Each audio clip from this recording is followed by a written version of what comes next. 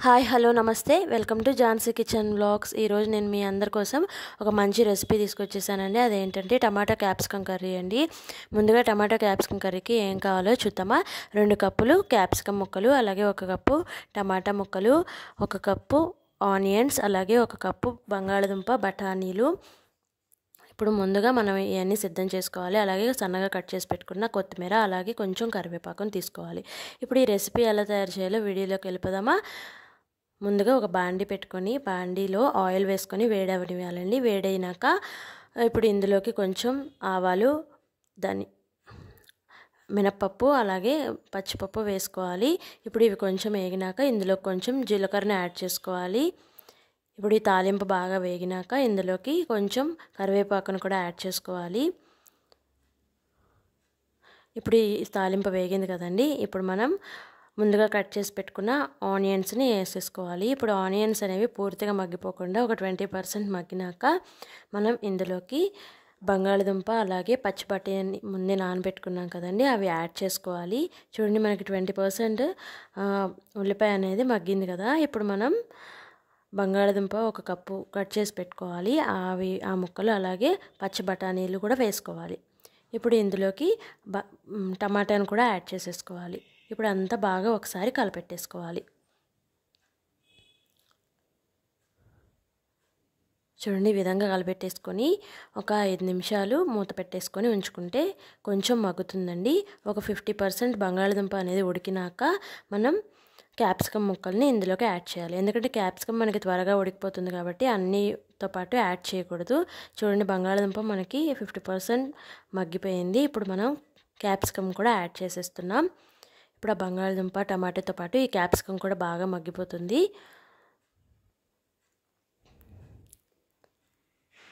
ఇప్పుడు ఒక్కసారి ఇదంతా కలబెట్టేసుకుందామా. ఇప్పుడు ఇందులోకి కొంచెం పసుపును కూడా యాడ్ చేసుకొని మళ్ళీ ఒకసారి కలబెట్టేసుకోవాలి. ఇప్పుడు ఇందులోకి టేస్ట్కి సరిపడా సాల్ట్ని కూడా యాడ్ చేసుకోవాలి.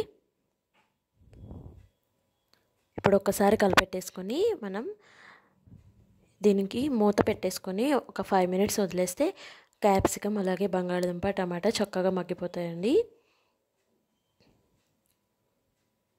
5 నిమిషాల తర్వాత మనం మూత తీసి చూద్దామా కర్రీ ఉడికిందో లేదో. చూడండి, మనకి క్యాప్సికమ్ కూడా మెత్తగా అయినట్టు తెలుస్తుంది చూస్తేనే. ఇప్పుడు ఒక్కసారి కలిపెట్టేసుకొని ఇందులోకి తురిమి పెట్టుకున్న ఎండు కొబ్బరి తురుమును కొంచెం ఒక 2 స్పూన్స్ యాడ్ చేసుకోవాలి.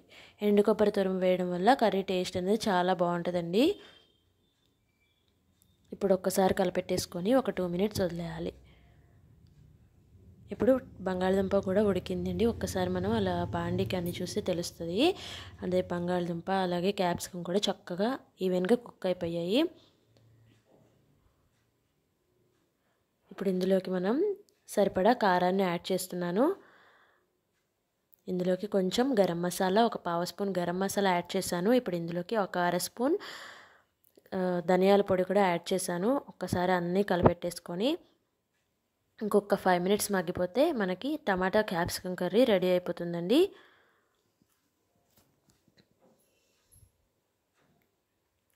ఇప్పుడు ఇందులోకి కొంచెం కొత్తిమీర కూడా యాడ్ చేసుకుందాం.